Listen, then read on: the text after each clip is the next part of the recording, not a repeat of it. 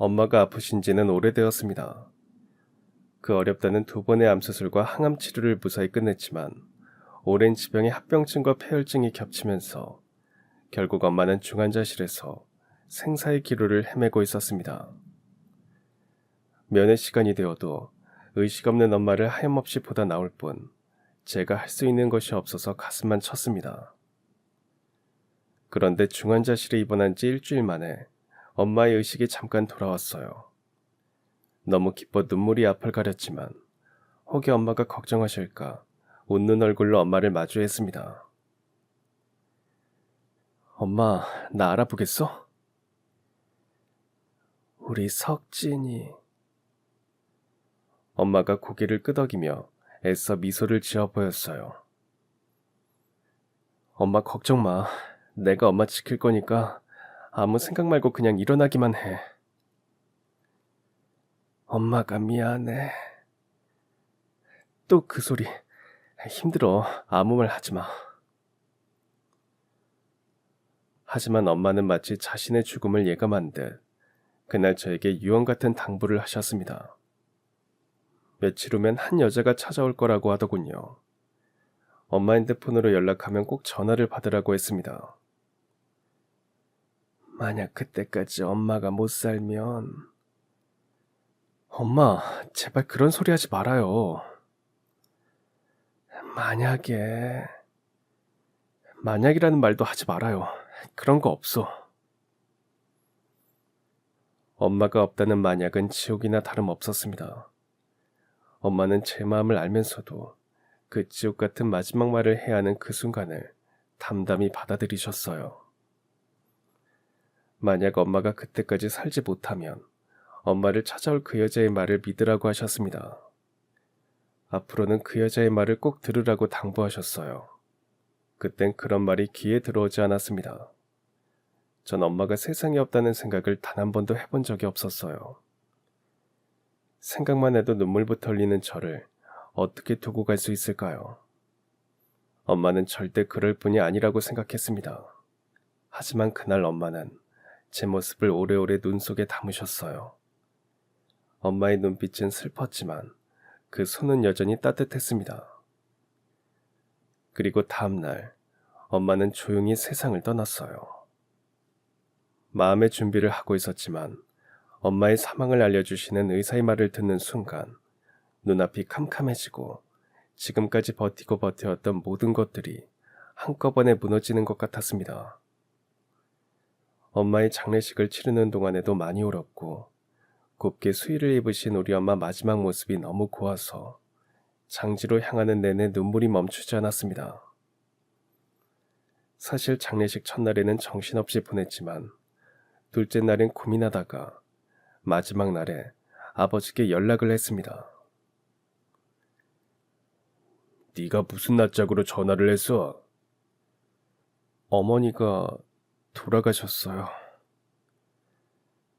그래서 뭐 장례식이라도 오라는 말이냐? 네 엄마하고 내가 왜 이혼을 했는데 벌써 잊었냐? 이 뻔뻔한 자식 같으니.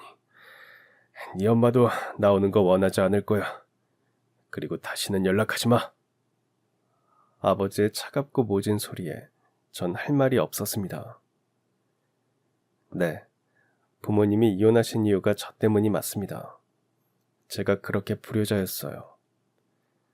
그래도 한때는 부부의 연으로 살았으니 엄마 가시는 마지막 길 아버지가 배웅해 주셨으면 했는데 여전히 아버지는 저에 대해 원망이 깊으신 듯 했습니다. 쓸쓸히 엄마 장례를 마치고 텅 빈 집에 오니까 새삼 엄마가 없구나. 이제 정말 혼자구나 실감이 났습니다. 엄마 유품을 정리하면서 아무리 안 우려고 해도 그냥 눈물이 줄줄 흘러서 울다 지쳐 잠이 들고 다시 깨어나면 또 울다 잠이 들었어요. 며칠이 지났는지도 알 수 없었는데 문득 전화벨이 울렸습니다. 엄마 핸드폰이었어요. 잠결에 받았는데 웬 낯선 여자의 목소리였습니다. 혹시 이강희 씨 핸드폰 아닌가요? 문득 엄마의 유언이 떠올랐습니다. 만약 엄마가 죽고 난 뒤 한 여자가 찾아온다면 무조건 그 여자의 말을 들으라고 했던가요? 도대체 누구길래 엄마는 그런 말을 마지막까지 유언으로 당부했는지. 여자와 만나기로 약속을 정하고 약속 장소로 향하는 내내 가슴이 묘하게 떨리고 긴장이 됐습니다. 조금 일찍 약속 장소에 도착해서 기다리는데 여기 또 언젠가 엄마와 함께 왔던 기억이 났어요. 엄마는 몸이 차가워서 늘 따뜻한 홍차를 즐겨 드셨습니다. 홍차도 카페인이 있다고 하자 나중에는 레몬차나 유자차를 드셨죠. 엄마는 제 곁에 없는데 모든 순간 모든 곳에 엄마가 있는 것 같아서 마음이 또 심란해졌습니다. 자꾸만 눈물이 쏟아질 것 같아서 눈앞이 흐려지는 그때 누군가가 다가왔어요. 최석진 씨 되십니까? 여자를 쳐다본 순간 전 깜짝 놀랐고 숨이 멎는 듯 했고 그리고 오열하고 말았습니다. 사람들은 자신의 인생 이야기를 하게 되면 보통 어디서부터 시작할까요? 사회 유명인사들은 사람들이 듣고 싶어하는 성공 스토리를 풀어놓겠죠. 인기 많은 연예인들은 처음 어떻게 연예인이 되었는지 그 비하인드 스토리를 얘기하고요. 평범한 사람들은 가족 이야기를 하나요? 아님 학창시절 얘기? 그럼 저처럼 고아들은 어떻게 버려졌는지, 왜 고아원에 가게 되었는지 말해야 할까요? 대학을 졸업하고 취직을 하기 위해서 서류를 접수하는데 자기소개서를 적어야 했습니다. 전 한참 고민했어요. 저를 소개한다는 것이 저의 어디서부터를 소개해야 맞는 건지 모르겠더군요. 그래서 전 솔직하고 담담하게 썼습니다. 전 입양하였습니다. 소개서의 첫 문장은 그랬어요. 친부모님에 대한 기억은 전혀 없습니다. 다행히도 친부모님에 대해 잘 알고 계셨던 양어머니에게 늘 들어서 전 마치 친부모님 손에 자랐다고 착각할 정도로 많은 기억을 가지고 있었어요. 그건 양어머니의 배려였고 전 결코 버려진 아이가 아니라는 것을 알려주시려 했던 진심이었습니다. 친부모님은 새로 이사갈 집을 보고 오시는 길에 교통사고를 당하셨습니다. 두 분 다 열심히 일을 하셨고 드디어 집을 장만하셨답니다. 아이가 태어나면 햇빛 잘 드는 집에서 햇살처럼 눈부시고 찬란하게 잘 키워보자고 약속하시며 저의 태명은 햇살로 지으셨대요. 집을 보러 간 곳은 대단지 아파트였는데 완공된 곳도 있었고 아직 짓는 곳도 있었답니다. 신도시 아파트 단지라 제대로 도로가 잘 정비되지 않아 불편했고 여전히 트럭들이 자재들을 싣고 위험하게 질주했지만 그래도 친부모님은 우리의 보금자리를 마련했다는 뿌듯함을 안고 집을 둘러본 뒤 막 큰 도로로 나오던 길이었습니다. 공사 현장에서 급하게 나오던 트럭이 무게중심을 이기지 못한 채 쓰러지면서 바로 옆에 서 있던 친부모님 차를 그대로 밀어버렸대요. 너무 끔찍해서 경찰들도 구급대원들도 손이 다 떨릴 정도였다는데 어머니는 마지막 순간까지 만삭의 배를 꼭 안고 버티고 있었답니다. 구급대원들은 어머니의 숨이 아직 희미하게 남아있다는 것을 알고 급히 병원으로 옮겼고 대기하고 있던 의료진들은 서둘러 응급수술에 들어갔습니다. 아이는 무사히 태어났지만 끝내 어머니는 눈을 감으셨대요. 그 아이가 바로 저였어요. 그때 친어머니는 간호사셨는데 마침 그 병원이 어머니가 일하던 곳이었고 양어머니는 절친이자 동료 간호사였습니다. 신도시 공사 현장에서 불의의 사고로 죽은 어느 부부의 이야기는 신문에도 나왔는데 그 소식을 접한 사람들은 만삭의 아내가 마지막까지 아이를 지켰다는 사실에 다들 눈시울을 붉혔답니다. 하지만 친부모님 두 분 다 부모님이 돌아가시고 안 계셨고 형제도 없어서 장례식은 쓸쓸했습니다. 동료나 친구들이 돌아가면서 장례식장을 지켰지만 다들 태어난 아이는 어떻게 하냐고 걱정들을 했대요. 양어머니는 뜻하지 않은 절친의 죽음과 남겨진 아이를 보면서 참 많이 울었답니다. 전 한동안 신생아실에 입원해 있었어요. 부모님이 사망했기 때문에 갈 곳이 정해질 때까지 병원이 임시로 맡기로 했죠. 양어머니는 신생아실 담당이 아니었지만 매일 찾아와서 저를 안아주시고 분유를 타서 먹여주시며 이 어린 것을 굽어 살펴달라고 기도했답니다. 하지만 절 거두어줄 마땅한 친척이 없는 상태라 결국 시설로 보내지게 되었어요. 양어머니는 마음이 너무 아팠지만 부디 좋은 곳에 입양 가기를 바라며 저를 배웅했답니다. 그때 양어머니도 결혼해서 3살 아들이 있었습니다. 설령 양어머니가 결혼을 하지 않았다고 해도 저를 입양한다는 건 쉬운 일이 아니었을 거예요. 시설에 보내진 저는 적당한 입양자가 나타나지 않았고 3살 때 어느 고아원으로 다시 갔습니다. 거기까지도 전 기억이 없어요. 양어머니께서 말씀해 주셔서 그랬구나 막연하게 생각할 뿐입니다. 양어머니는 간간히 제 소식을 듣고 있었답니다. 제가 시설에 있을 때는 조용히 후원을 해주시기도 했고요.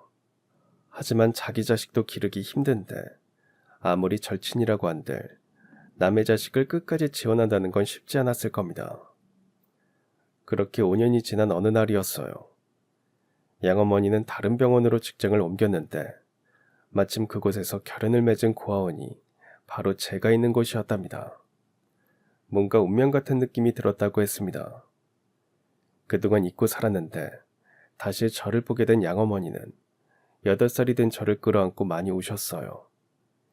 전 그 기억만큼은 선명합니다. 웬 간호사 아줌마가 제 이름을 부르면서 따뜻하게 안아주시던 그 장면은 이상하게 나이가 들어도 잊혀지지 않고 선명하게 남아있어요. 양어머니는 그렇게 한 달에 한 번 의료봉사를 오셨고 오실 때마다 각별히 저를 챙기셨습니다.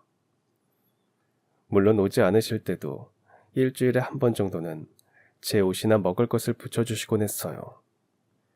그럼 전 꼭 양어머니께 전화해서 감사하다고 인사를 했습니다. 아줌마, 저 석진이에요. 안녕하셨어요. 그래. 우리 석진이도 밥 잘 먹고 공부도 열심히 하고. 네, 아줌마 덕분이에요. 오늘 보내주신 옷도 너무 마음에 들고 동화책도 정말 제가 읽고 싶었던 거예요. 감사합니다. 아휴, 우리 석진이는 어쩜 이렇게 말도 예쁘게 할까? 뭐 또 먹고 싶은 건 없어? 아줌마가 보내줄게. 그리고 석진아, 속상한 일이 있거나 아줌마에게 하고 싶은 말 있으면 언제든 전화해. 알겠지? 그래도 돼요? 당연히 되지. 전 양어머니가 친부모님이 보내주신 천사가 아닐까 생각한 적도 있었습니다. 사실 학교에 입학하고 나서 반 친구들이 고아라고 심하게 놀렸거든요. 제가 고아가 되고 싶어서 된 것도 아닌데 고아라는 이유로 무시당하는 게 참 억울했어요. 고아원 원장님께 말씀드려봤자 그냥 참고 넘기라고 하실 게 뻔해서 혼자 소가리만 하고 있었는데 양어머니가 언제든 말하라고 해서 전 전화로 다 털어놓았습니다. 다 말하고 나니까 너무 속도 시원하고 그동안 참았던 서름이 생각나서 그런지 눈물이 터져버렸어요. 양어머니는 실컷 울라고 하셨습니다. 참으면 병된다고 말입니다. 그리고 며칠 뒤 학교에서 학부모 참관 수업이 있었는데 양어머니가 병원에 휴가까지 내고는 오셨어요. 고생하고 지적으로 차려입은 양어머니의 모습에 친구들은 눈이 휘둥그레졌습니다. 전 그때도 잊을 수가 없어요. 엄마들 가운데 양어머니가 제일 키도 크고 예뻤어요. 그 뒤로는 학교에 필요한 일이 있으면 양어머니께서 항상 와주셨습니다. 아줌마, 오늘 와주셔서 정말 감사해요. 석진아, 학교에선 아줌마라고 부르지 말고 그냥 엄마라고 해. 석진이 엄마로 온 건데. 그리고 엄마 있으니까 앞으로는 절대 친구들 앞에서 기죽지 마. 알겠지? 전 울컥했습니다. 세상 천지에 믿고 의지할 사람 없는 고아에게 양어머니는 정말 한 줄기 빛 같은 존재였고 어느 순간 제가 살아가는 기쁨이자 이유가 되었어요. 전 양어머니가 친엄마였으면 좋겠다고 생각한 적도 있고 양어머니가 날 입양했으면 좋겠다고 생각한 적도 있었습니다. 하지만 그건 안 될 일이었어요. 양어머니에겐 저보다 3살 많은 아들이 있었습니다. 가끔 양어머니 집에 초대되어 가서 밥을 먹을 때가 있었어요. 대개 그럴 때는 제 생일이었는데 양어머니가 직접 미역국을 끓여주셨고 3살 많은 형은 자기가 아끼던 장난감이나 학용품을 선물로 주기도 했습니다. 양아버지는 잘 보지 못했습니다. 물론 그땐 제가 입양되기 전이기도 했지만 늘 지방 출장이 잦은 편이셔서 좀 제 얼굴 보기가 힘들었어요. 그래서 양아버지에 대한 느낌은 없었습니다. 양어머니가 다정다감하신 편이라면 형은 고작 저보다 3살 많은데도 참 신중하고 생각이 깊다고 느껴졌어요. 양어머니 집에 갔다가 고원으로 돌아갈 때가 제일 싫고 힘들었습니다. 주로 밤에 버스를 타고 혼자 돌아왔는데 저 수많은 집들 중에 제가 편히 쉴 수 있는 집도 가족도 없다는 사실이 너무 처량해서 버스에서 내려 고아원으로 가는 길에 한참 서서 울기도 많이 했어요. 그렇다고 친부모님을 원망하지는 않았습니다. 그 사고는 부모님 잘못이 아니었으니까요. 그러던 어느 제 생일날이었습니다. 보통은 양어머니 집에 가서 케이크도 자르고 미역국도 먹고 그랬는데 그날은 백화점에 가서 생일 선물로 옷과 신발을 사주시겠다고 했습니다. 옷도 몇 벌씩 사고 신발도 사고 맛있는 것도 먹었습니다. 좀 이상한 느낌이 들었는데 양어머니가 말씀해 주셨어요. 석진아, 아줌마 가족이 곧 호주로 이민을 갈 것 같아. 아저씨가 거기서 세일을 하게 됐어. 아마 오늘이 석진이하고 마지막 보게 될지도 몰라. 이민 가기 전까지 준비할 것도 많고 해서 시간이 없을 거야. 네, 아줌마. 그동안 정말 감사했습니다. 아줌마가 거기 가서 정리되면 연락할게. 그럼 편지도 주고받고 하자. 알겠지? 네, 거기 가서도 몸 건강하세요. 양어머니는 절 꼭 안아주셨습니다. 전 눈물이 터지려는 걸 가까스로 참으며 웃으면서 보내드려야지 마음먹었어요. 갑자기 이민을 가시게 된 이유는 아마 양아버지 때문인 듯 했습니다. 양어머니와 형은 끝까지 반대하다가 결국 가시게 된 것 같았고요. 이제 양어머니를 못 본다는 사실은 하늘이 무너지는 그런 느낌이었습니다. 하지만 그 시각 형은 이민 가기 전에 친구들과 학교 근처 떡볶이집에서 작별 인사를 하고 있었나 봐요. 친구들과 헤어져서 양어머니를 만나 필요한 물건을 사기로 약속을 했고 가는 길에 건널목을 건너다가 신호를 위반한 차에 그만 치였습니다. 형은 중환자실로 실려갔지만 사망했고 소식을 듣고 달려간 양어머니는 정신을 잃고 쓰러지셨어요. 물론 소식을 듣고 달려온 양아버지도 깊은 충격에 빠졌습니다. 전 형의 소식을 다음날 원장 선생님께 들었어요. 심장이 쿵 하고 떨어지는 걸 느꼈습니다. 수업도 제대로 못하고 장례식장으로 달려갔는데 양아버지의 큰 소리가 들렸습니다. 당신이 그러고도 엄마야? 그 고아 새끼 챙긴다고 정작 자기 아들은 죽는지 사는지도 몰랐지? 그 고아 새끼가 뭐 그렇게 중요하고 대단해? 꼭 그 일 만났어 했어? 그게 내 탓이야? 우리 영지가 죽은 게 내 탓이냐고. 당신이 갑자기 이민 가지고 난리쳐서 이렇게 된 거잖아. 그러니까 내 탓이라는 거지? 지금 누구 탓하는 게 무슨 소용이야? 양보는 길길이 날뛰었고 양모는 오열했습니다. 전 형이 죽은 게 제 탓 같아서 차마 장례식장에 들어가지 못한 채 돌아 나왔어요. 좋은 형이었는데 왜 하느님은 좋은 사람들만 일찍 데려가시는지 정말 원망스러웠습니다. 형의 장례가 끝나고 한동안 양어머니에게선 연락이 없었습니다. 저도 연락드릴 수가 없었어요. 나중에 한 사실은 형이 죽고 두 분 사이가 안 좋아졌고 아들을 잃은 충격에서 벗어나지 못한 양아버지가 회사 근처 원룸을 얻어서 나갔다고 했습니다. 잠시 별거를 결정하셨다고 했어요. 양어머니도 형을 잃은 슬픔에서 벗어나지 못하셨고 고아원 무료 봉사도 오지 않으셨어요. 봉사 오신 다른 간호사 선생님께 여쭤보니 병원도 잠시 휴직계를 내셨다고 했습니다. 양어머니를 생각하니 저도 심장이 찢어질 듯 아팠어요.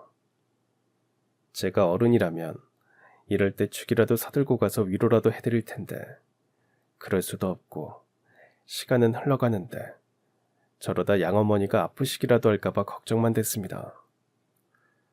그러다가 오히려 제가 병이 났어요. 갑자기 입맛도 없어지고 매사 의욕이 없었습니다.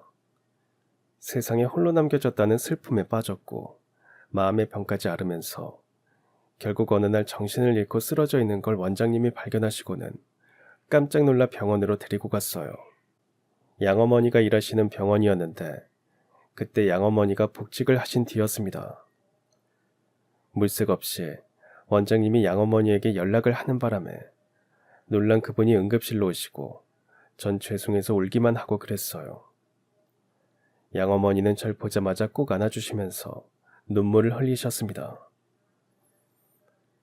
우리 석진이 아줌마가 미안해.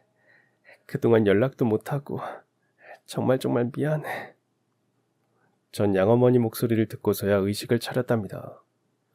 꿈속인 줄 알았는데 진짜로 양어머니가 제 눈앞에 있었습니다. 저도 모르게 감정이 너무 북받쳐서 엉엉 울고 말았어요. 왜 이제 왔어요? 내가 얼마나 기다렸는데, 얼마나 보고 싶었는데. 언젠가 양어머니를 다시 보게 되면 절대 안 울고 떼도 안 쓰고 아주 침착하게 담담하게 그렇게 보려고 했는데 전 그냥 제 심장이 우는 대로 제 마음이 말하는 대로 울고불고 소리쳤습니다. 그때 양어머니를 보러 병원에 왔던 양아버지가 우연히 우리를 보셨나 봐요. 형이 죽고 이민도 그만둔 채 두 분의 삶도 아득하고 막막하기만 하셨답니다. 자식을 잃은 그 아픔은 무엇으로도 치유될 수 없는 거니까요. 그런데도 양아버지는 저를 안고 오열하시는 양어머니의 모습을 보고 생각하셨답니다. 형의 빈자리를 다 채울 수는 없겠지만 저를 입양해 보자고 말입니다. 그런 결정은 양아버지에겐 최고로 어려운 결정이었을 겁니다. 오직 양어머니와 저를 위해 결정을 하셨어요. 그날 눈물범벅이 된 저를 바라보시면서 아주 투박하게 제 머리를 쓰다듬어 주시면서 담담히 말씀하셨어요. 지석이, 밥도 많이 먹고 울지 말고 씩씩하게. 알겠지? 그 말 속에 담긴 아주 많은 의미를 전 그땐 다 이해하지 못했지만 어른이 되어서 가끔 양아버지를 생각할 때면 그 장면이 제일 먼저 떠올랐습니다. 그분의 진심이 담긴 그 장면 때문에 전 나중에 양아버지가 모진 말을 할 때도 결코 그분을 미워하거나 원망하지 않았습니다. 고아원 원장 선생님은 제가 복이 많은 녀석이라고 하시면서 제 입양을 정말 기뻐해 주셨습니다. 전 너무 믿기지 않아서 밥을 안 먹어도 배가 안 고프고 잠을 안 자도 졸립지 않았어요. 이제 정말 세상의 모든 행복한 일들만 저에게 올 것 같아서 심장도 쉴 새 없이 가볍게 뛰었습니다. 신은 항상 제 편이 아니라고 생각했는데 신이 드디어 제 기도를 들어주셨다고 생각하니 너무 감사해서 동네 근처 아무 교회당에 막 들어가서 감사의 기도를 올리기도 했습니다. 그리고 저에게도 부모님이 생겼다는 사실이 너무너무 좋았어요.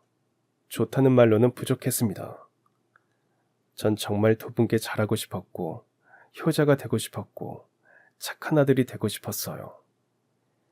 양아버지와는 어색했지만 저와 가까워지려고 노력을 많이 하셨습니다. 이민 준비를 하시면서 회사를 그만두셨던 양아버지는 다시 제 길을 꿈꾸면서 직장을 알아보러 다니셨는데 시간이 나면 언제나 제 숙제를 봐주시기도 했고 사내 녀석은 건강해야 한다면서 공을 들고 동네 공터로 가서 함께 축구도 했습니다. 아마 형하고도 그렇게 축구를 하셨던 것 같았습니다. 형은 달리기도 잘하고 공부도 잘하고 모든 면에서 양아버지의 자랑이자 희망이었다고 하셨어요.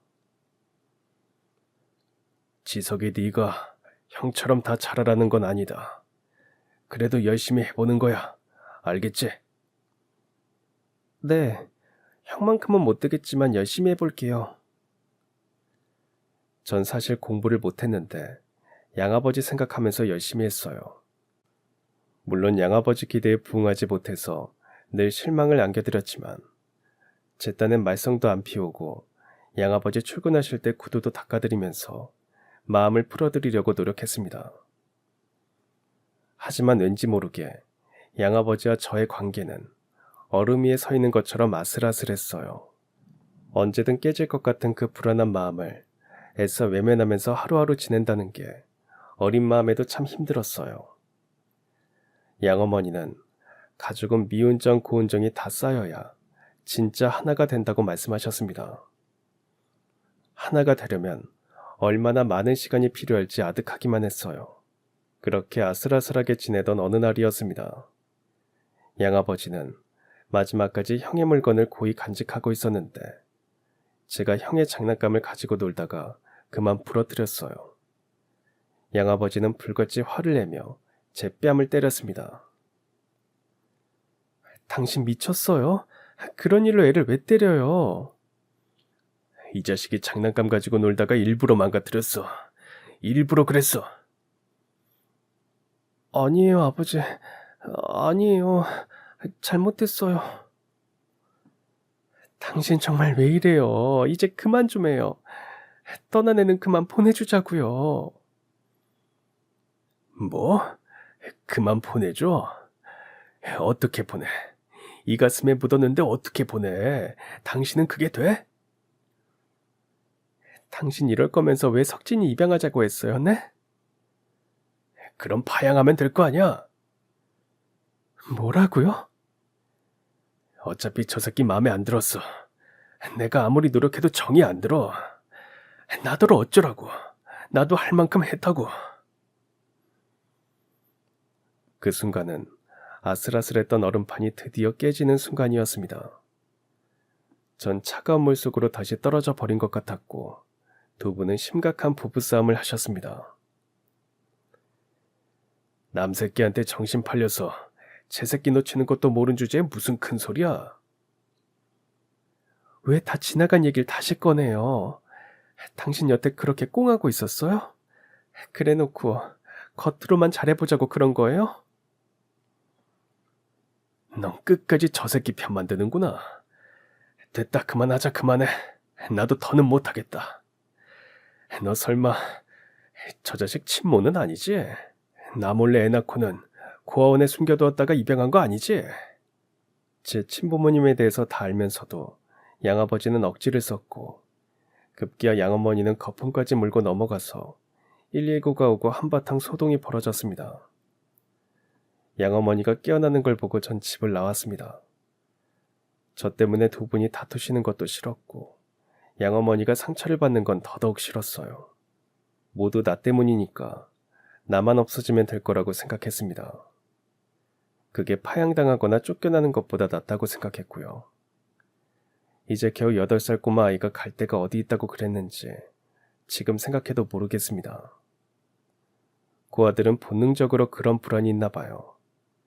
이미 버려졌거나 혼자 되었으니까 언제든 버려지고 혼자가 될 수 있다는 그런 불안 말입니다. 막상 집을 나왔지만 집 주변만 헤맸어요. 지금쯤 제가 없어진 걸 아신 양부모님이 걱정하면서 저를 찾으러 왔으면 좋겠다고 생각하면서 말입니다. 결국 제가 없어진 걸 안 양어머니는 경찰에 신고를 한 뒤 온 동네를 찾아다녔고 저는 어딘지 알 수 없는 길에서 울다가 웬 아줌마가 경찰서에 데려다 주었습니다. 곧 양어머니가 소식을 듣고 달려왔어요. 너 도대체 어딜 갔었어? 엄마가 얼마나 놀랐는 줄 알아? 왜 갑자기 이래? 너까지 이러면 엄마 어쩌라고? 그때 양어머니는 처음으로 저에게 화를 내시면서 등짝을 때리셨어요. 너 정말 엄마한테 맞아볼 거야? 죄송해요, 엄마. 저 잘못했으니까 벌 받을게요. 그러니까 나 버리지 말아요. 양어머니는 그 말에 가슴이 무너지는 듯 울음을 터뜨리셨고 저도 같이 울었고 지켜보던 경찰분들도 눈시울을 붉히셨습니다. 참 고단한 하루였어요. 전 집으로 오자마자 그대로 뻗어 잠이 들었습니다. 잠결에 누군가 제 머리를 쓰다듬으며 울먹이는 것 같아 살짝 실눈을 뜨고 봤더니 양어머니셨어요. 가만히 미안하다고 말씀하시는데 눈물이 터질 것 같은데도 억지로 자는 척하느라 정말 혼이 났습니다. 우리 어머니는 그런 분이셨어요. 자신이 잘못한 것도 없는데 항상 자신이 먼저 잘못했다고 말하고 이해하려 하고 용서하시는 분이셨습니다. 하지만 아버지와는 그게 잘 안 되셨나 봐요. 아버지는 아주 극단적으로 저를 파양하지 않으면 이혼하자고 하셨답니다. 양어머니가 저 때문에 불행해지시는 건 제가 원하는 게 아니었어요. 전 양아버지께 매달려 보기로 했습니다. 아버지, 제가 다 잘못했습니다. 그러니까 엄마하고 헤어지지 마세요. 어린 놈이 뭘 안다고 어른들 일에 참견이야? 다 저 때문인 거 알아요. 제가 더 잘할게요, 아버지. 이제부턴 아버지가 하라는 것만 할게요. 절대 형 물건에 손도 안 대고 무조건 1등을 하고 하면 할게요. 다 할게요. 그러니까 제발 엄마와 헤어지지 마세요. 네 엄마가 그러게 시켰니? 저리 꺼져, 귀찮아. 양아버지는 차갑게 절 뿌리치고 나갔습니다. 그리고 얼마 뒤 두 분은 이혼을 하셨어요. 전 매일 양어머니 눈치를 봤는데 한 열흘 동안은 아무 말을 안 하셨어요. 그냥 제 밥을 챙겨주고는 병원에 출근하셨고 밤늦게 들어오셔서는 못 먹는 술을 몇 잔 마시다가 잠이 드셨습니다. 전 엄마가 속을 다 버릴까 걱정돼서 학교에서 급식으로 주는 우유를 안 먹고 가지고 와서 엄마 먹으라고 식탁에 올려놓고 등교했습니다. 엄마도 힘들었고 저도 하루하루 참 힘들었어요. 엄마를 이혼까지 시키게 만든 제 존재가 참 싫었습니다. 그렇다고 엄마를 혼자 내버려 둘 수는 없었어요. 제 우유에 감동받은 듯 엄마는 다시 기운을 차리셨고 병원도 옮기고 이사도 하면서 전 자연스럽게 전학을 갔습니다. 형을 가슴에 묻은 아픔도 이혼의 아픔도 모두 잊고 새 출발하려고 안간힘을 쓰셨어요. 어떻게든 절 잘 키우는 것으로 모든 것을 다 털어버리려고 하셨고 늘 저에게 최선을 다하셨습니다. 아마 친부모님도 그렇게 하지 못했을 겁니다. 전 그런 양어머니를 보면서 꼭 보답할 수 있는 아들이 되겠다고 늘 다짐했고 그런 사람이 되려고 노력했어요. 엄마의 간호사 일은 3교대였는데 일을 하시는 엄마가 조금 더 신경 쓰시지 않게 혼자 밥도 잘 챙겨 먹고 숙제도 잘 해냈습니다. 중학생이 되어서는 청소는 물론 빨래도 해서 베란다에 널고 개어서 서랍에 넣는 것도 척척 잘했어요. 엄마가 밤 근무를 하고 아침에 오실 때는 엄마 밥도 따뜻하게 차려놓고 학교에 갔습니다. 메모도 잊지 않았죠. 엄마, 밤새 수고 많으셨어요. 밥 차려놓은 거 드시고 푹 주무세요. 사랑합니다. 전 매일 엄마에게 메모를 썼습니다. 되도록 엄마가 기운날 수 있는 말들만 골라서 쓰느라 명언집도 뒤지고 시집도 읽어보고 그랬어요. 그때 가장 제 마음을 울린 글이 있었는데 피천득 수필가에 엄마에 대한 글이었습니다. 엄마는 나의 영광. 엄마가 나의 엄마였다는 것은 내가 타고난 영광이었다. 내 기억으로 엄마는 나에게나 남에게나 거짓말한 일 없고 거만하거나 비겁하거나 몰인정한 적이 없었다. 내게 좋은 점이 있다면 엄마한테서 받은 것이다. 딱 제 마음을 그대로 표현한 것 같았습니다. 그렇게 나의 영광인 엄마는 어느새 병원에서 수간호사가 되셨고 저도 고등학생이 되었어요.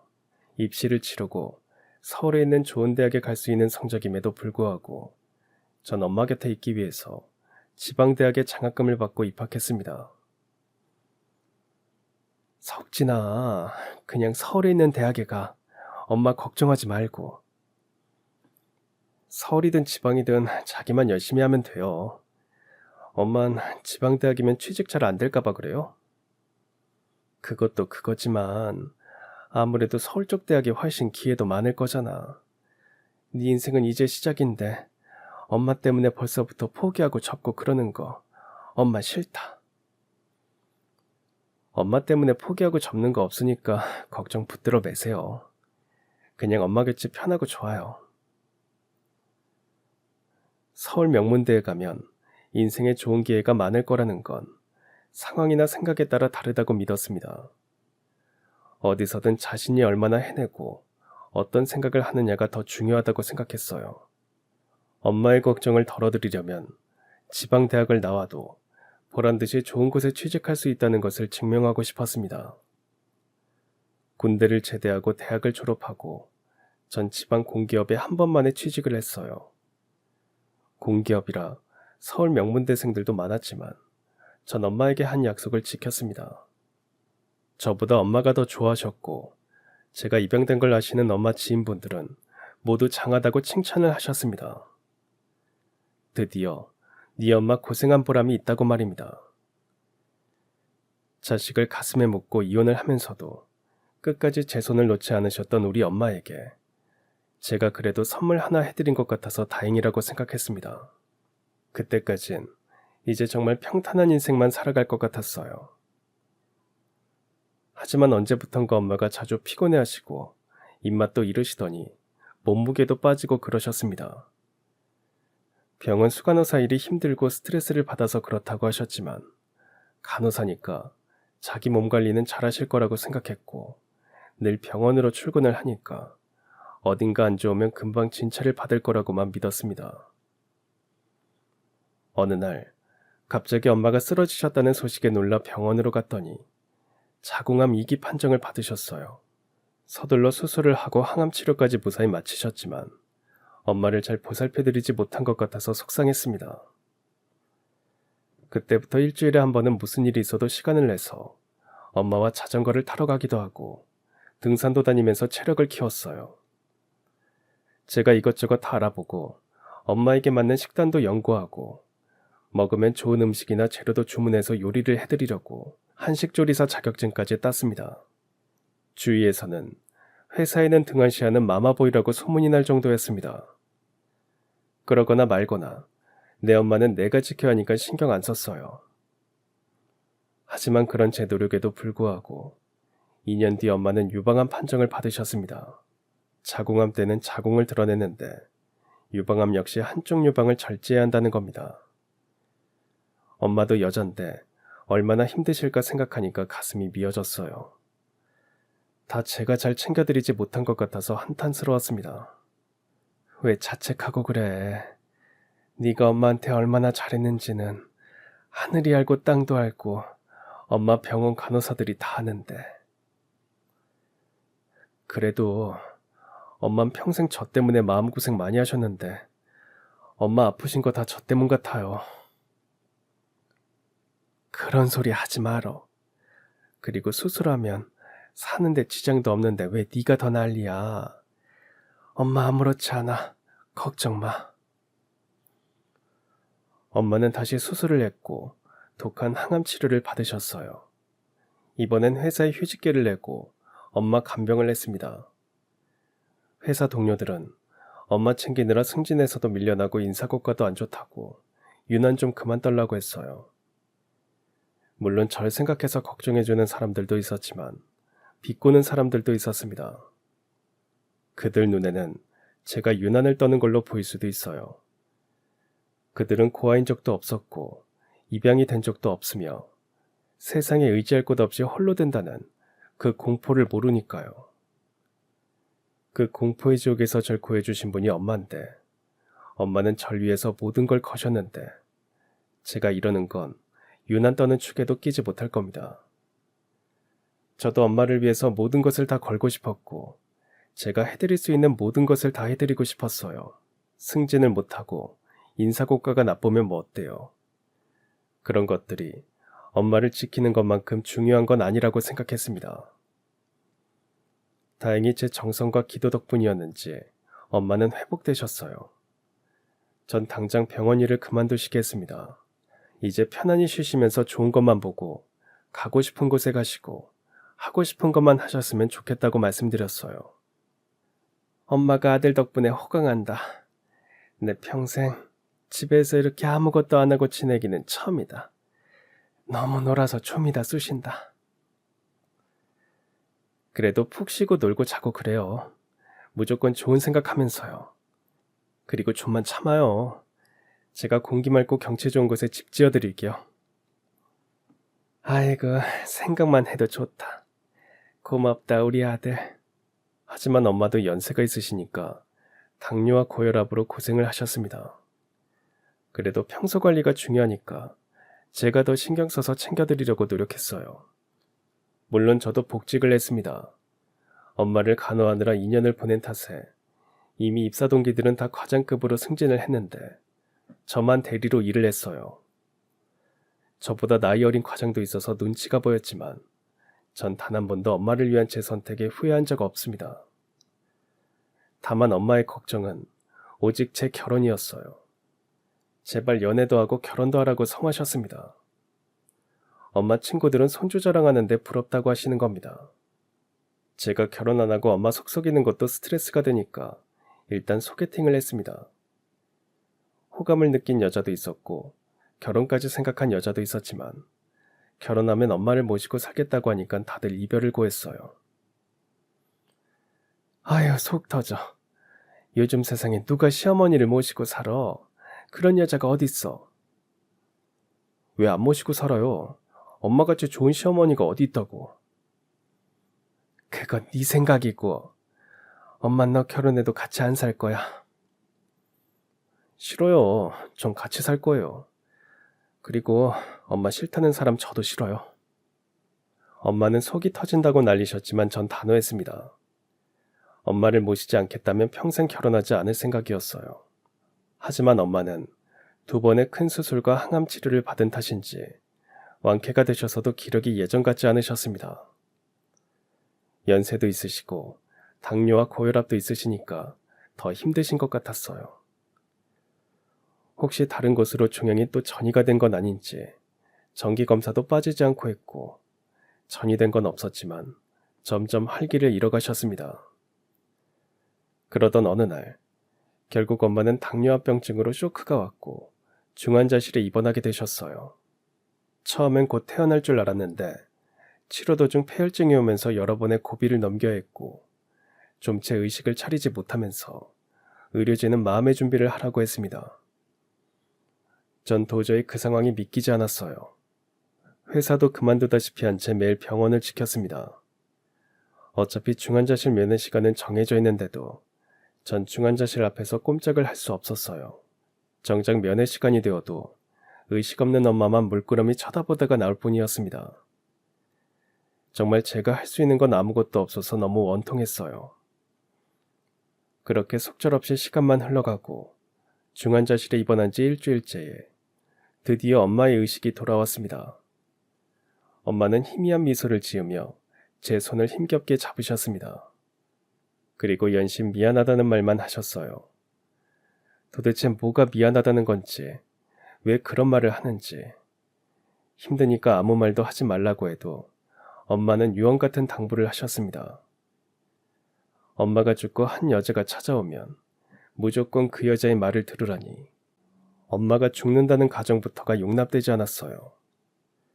그런 지옥 같은 상황이 저에게 올 리가 없다고 생각했습니다. 그때 전 날마다 모든 신께 기도를 했어요. 차라리 절 데려가시라고 대들기도 했고 제발 저에게 자비를 베푸시라고 매달리기도 했습니다. 만약 우리 엄마를 살려주신다면 전 평생 불행해도 된다고 모든 신께 소리쳤어요. 하지만 신은 엄마를 데려가셨습니다. 신은 항상 제게 소중한 사람들을 빨리 데려가셨어요. 친부모님도, 형도, 엄마도. 엄마 없는 삶은 단 한 번도 상상조차 해보지 않았는데 전 혼자서 엄마의 장례식장에 앉아 울기만 했습니다. 너무 울어서 장례식을 어떻게 치렀는지 기억도 없어요. 심장이 찢어지는 것 같고 세상은 암흑 같기만 했습니다. 3일째 되던 날, 망설이고 망설이다 양아버지에게 전화를 했지만 이미 끊어진 인연이라고 차갑게 말했습니다.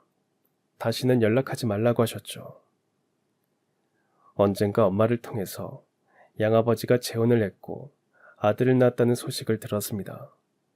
그때 방으로 들어가 조용히 울던 엄마의 모습이 떠올라 또 가슴이 미어졌어요.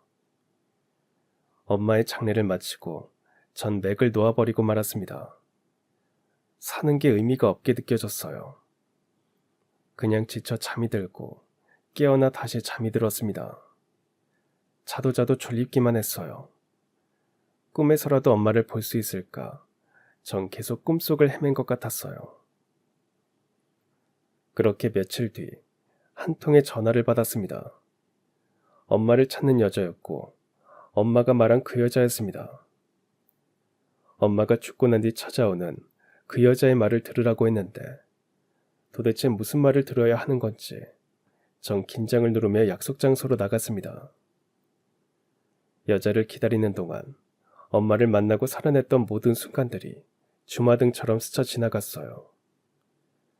많이 울고 웃었고 많이 행복했던 순간들이 오롯이 남았다는 생각에 이제 더는 울지 말자고 생각했습니다. 나약한 모습만 보이면 엄마도 많이 속상해하실 것 같았죠.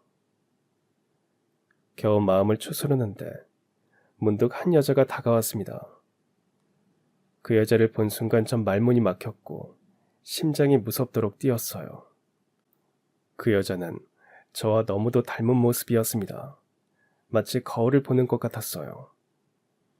제가 너무 당황해하니까 여자는 이미 모든 것을 다 알고 있다는 듯 자기소개를 했습니다. 안녕하세요. 최석진 씨? 전 미국에서 온 정유라라고 합니다. 정유라. 그 여자는 제가 몰랐던, 그러니까 양어머니가 저에게 말해주지 않았던 제 출생의 비밀을 털어놓았습니다. 사실 만삭의 친어머니는 사고를 당한 그날 수술을 했고 일란성 남녀 쌍둥이를 낳았답니다. 두 아이는 한동안 신생아실에 있었는데 특히 여자아이는 2kg도 안 되게 태어나서 인큐베이터 속에 있었답니다. 친부모는 죽었고 두 아이를 맡을 친척은 없었기 때문에 저는 먼저 시설로 옮겨졌지만 여자아이는 여전히 인큐베이터 속에서 지냈죠. 그런데 우연히 그 병원에서 불임 진단을 받고 가던 부부가 여자아이의 안타까운 소식을 듣게 되었습니다.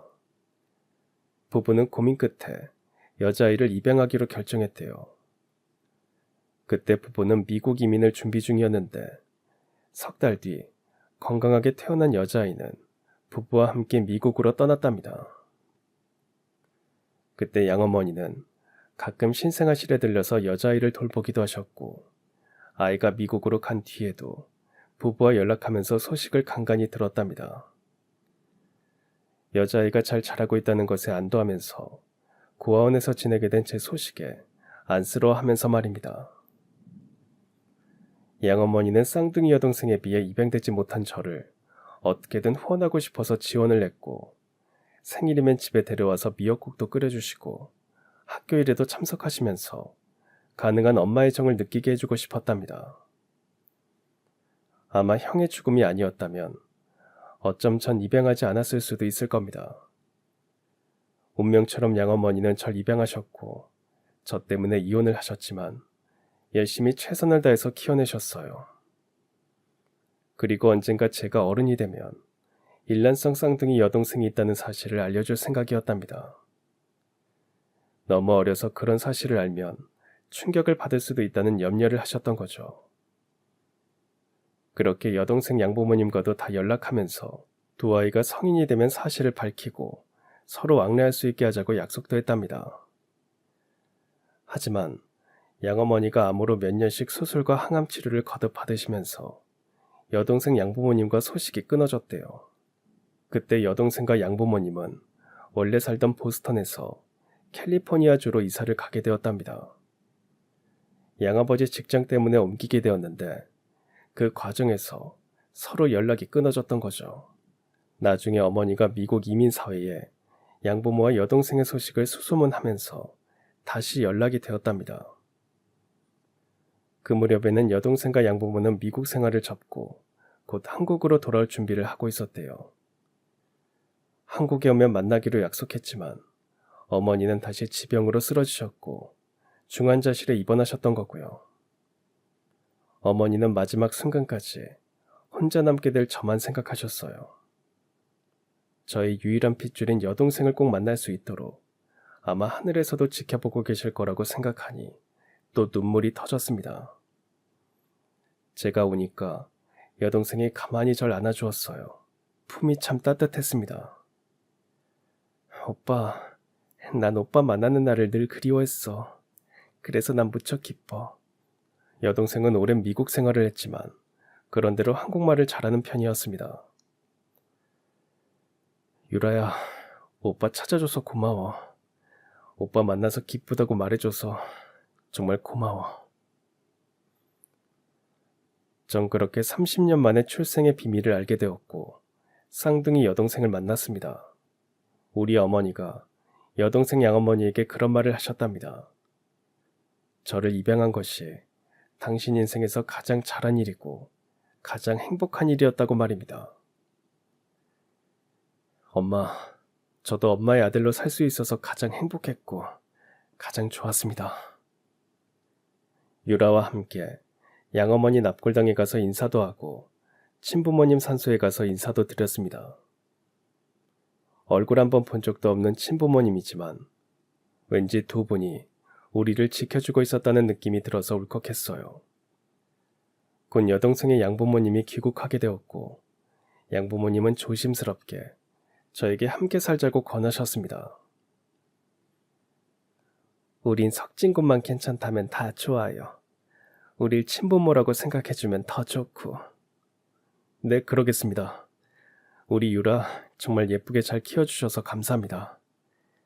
그리고 저도 앞으로 두 분 잘 모시겠습니다. 어머니, 아버지. 전 새로운 가족을 맞이하게 되었습니다.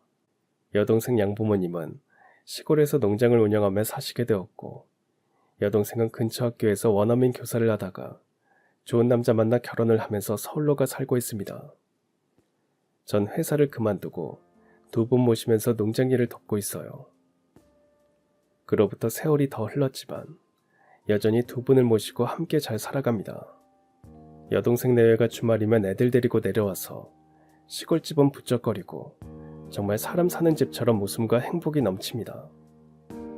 그리고 전 늘 양어머니를 그리워하면서 살아요. 40을 넘기면서부터는 여기 양부모님도 결혼하라는 말을 포기하셨습니다. 그래도 언젠가는 인연이 나타나겠지 생각하면서 지금 양부모님께 효도를 다하며 살아갈 겁니다. 그럼 지금까지 사연 들어주셔서 감사합니다. 사연이 재밌으셨다면 구독과 좋아요 부탁드려요. 감사합니다. 안녕히 계세요.